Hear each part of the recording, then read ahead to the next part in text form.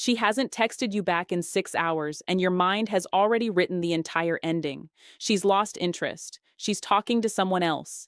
She's done. But here's what you don't know, and what almost no man ever figures out until it's too late. The silence you're panicking over right now might be the exact thing that's building her interest, not killing it. Every time you refresh your phone, every time you reread her last message looking for a hidden meaning, you are reacting to a story your anxiety wrote, not to anything she actually did. And that story is costing you more than you realize. Because women don't lose interest the way men think they do. It's not sudden, it's not random. It follows a pattern, a psychological pattern that almost every man breaks the moment he starts chasing an explanation instead of sitting with the discomfort. So before you send that, "Hey, everything okay" text, before you spiral into checking her Instagram activity for the fourth time today, I need you to ask yourself one question. What if the version of you she pulled away from is exactly the version texting her right now? If you're watching this, you're probably not some guy who gives up easily. You've read the books, you've watched the videos, you know the theory. And yet here you are, still checking your phone every 20 minutes, still replaying a conversation from 3 days ago, still trying to decode a woman's silence like it's a locked vault with your entire self-worth inside it. I'm not going to tell you to just be confident and expect that to fix anything. That advice is useless because it treats confidence like a switch you flip, instead of what it actually is, a byproduct of understanding. You don't become calm by trying to feel calm. You become calm by finally understanding what's actually happening in her mind, so the mystery stops eating you alive. And that's exactly what this video is going to give you. Here's the truth most men never hear. Women are not confused about what they want nearly as often as men assume.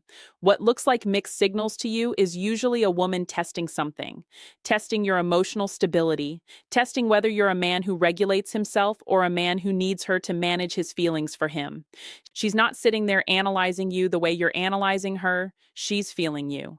And what she feels in your energy tells her more than anything you say.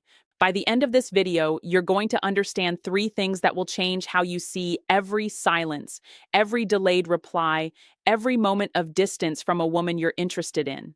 First, you'll understand the real psychological reason women pull back and why it has almost nothing to do with losing interest in you specifically. Second, you'll learn the exact behavioral pattern that separates men who get chosen from men who get quietly filtered out. And it happens in the first 30 seconds after she goes quiet, not in some grand gesture 3 weeks later.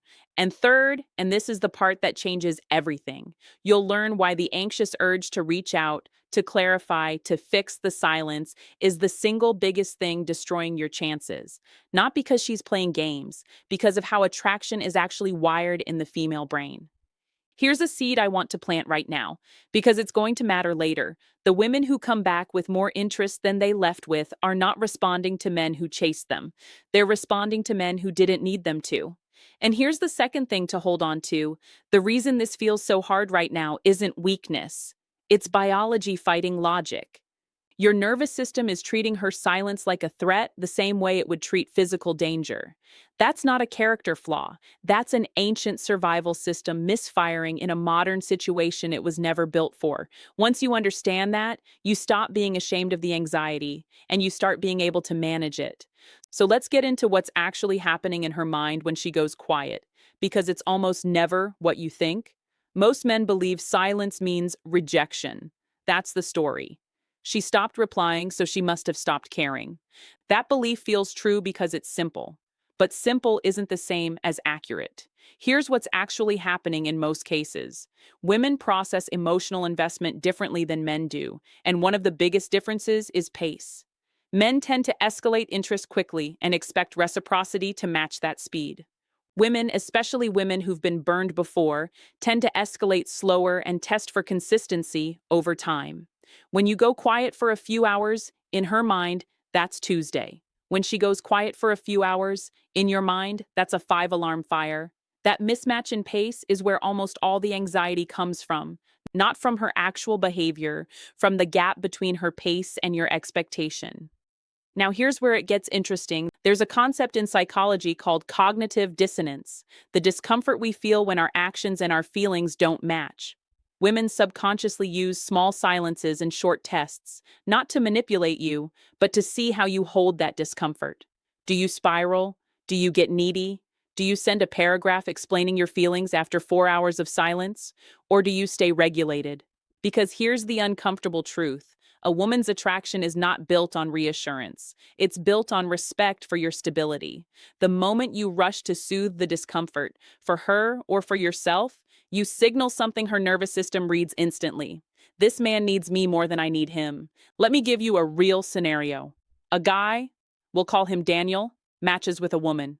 First few days, incredible chemistry. Long texts, quick replies. She initiates twice. Then, out of nowhere, she goes 12 hours without responding. Daniel panics. He sends, "Hope I didn't say anything wrong." Then an hour later, "No worries if you're busy, just let me know if you're still interested." Two messages, both from anxiety, not confidence. She replies the next day, "Sorry, was slammed at work, all good," polite. But something shifted. The conversation never recovered its original energy. Why? Because Daniel didn't fail by being unlikable. He failed by revealing in that 12-hour gap that his emotional state depended entirely on her response time. And once a woman sees that dependency, her attraction system, which is wired to seek stability and protection, not another person to manage, quietly downgrades him. This is ego protection at work on both sides. Daniel's ego couldn't tolerate the ambiguity, so he moved to eliminate it immediately. But eliminating ambiguity through anxious action is exactly what tells her there's something worth protecting herself from. Here's the part almost nobody explains. Women don't consciously decide, "He's too needy, I'm out." It happens beneath conscious thought, in the same part of the brain that decides whether a stranger walking toward you at night feels safe or dangerous. Neediness doesn't just feel unattractive, it feels on a primal level unsafe, because it signals a man who cannot regulate his own emotional state, and therefore cannot be relied on to help regulate hers. So if silence isn't rejection, what is it? Most of the time, it's just life. Work, friends, her own inner world, her own uncertainty about herself, not about you. But some of the time, and this is the part that matters most, it's a test, not a cruel one, not even always conscious. It's her nervous system asking, is this a man I can be vulnerable around without him falling apart? And the way you answer that question isn't with words. It's with what you don't do. Now let's get into exactly what to do, because understanding the psychology means nothing if you can't turn it into behavior. Step 1. Match her pace, don't chase it. The action. When she takes longer to reply, you take a similar or slightly longer amount of time before your next message. Not out of punishment, out of self-respect. The psychology. This isn't a game of hard to get. It's about staying regulated to your own rhythm instead of syncing your nervous system to hers. When you reply instantly to a delayed message, you're broadcasting that her timeline controls your emotional state. Matching pace keeps you anchored to yourself.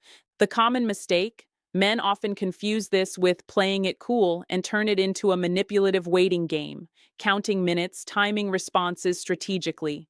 That's not regulation, that's just anxiety wearing a disguise.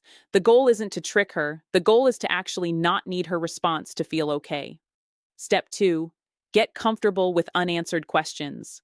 The action. When she goes quiet, resist the urge to ask why. Don't request explanations for normal human behavior. Let the silence exist without needing to resolve it immediately. The psychology.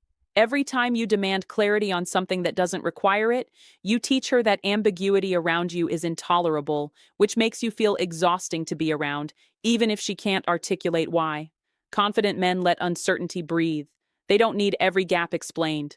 The common mistake, dressing up the same anxious question in different words. "Hey, all good? Did I do something? Just checking you're okay." These all say the same thing underneath. I can't handle not knowing. And she'll feel that, even through a screen. Step 3. Build a life loud enough that her silence doesn't echo. The action.